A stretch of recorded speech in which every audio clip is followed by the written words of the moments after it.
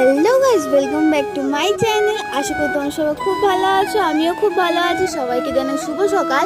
আর আজ আমরা যেতে চলেছি একটা মন্দিরে। মন্দিরটার নাম হচ্ছে মহালক্ষ্মী মন্দির। এদিকে দেখো আমার বোনকে কত কিউট লাগছিল। আমরা বেরিয়েছিলাম হচ্ছে 9টার দিকে।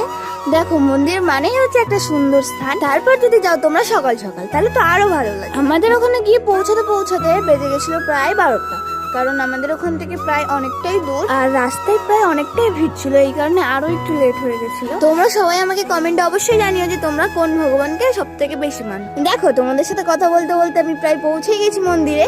তো মন্দিরের বাইরে ছিল অনেক পাখি। আমার তো পাখি খুবই ভালো লাগে, তোমাদের কেমন লাগে আমাকে অবশ্যই জানিও।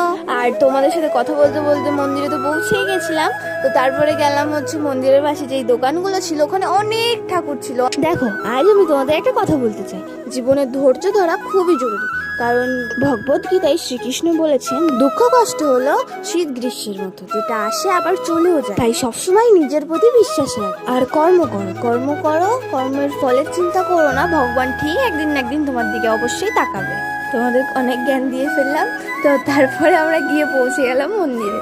মন্দিরটা খুবই ভালো ছিল, খুবই সুন্দর ছিল। মায়ের মুখটা দেখে তো একদম প্রাণ ভরে যাচ্ছিল।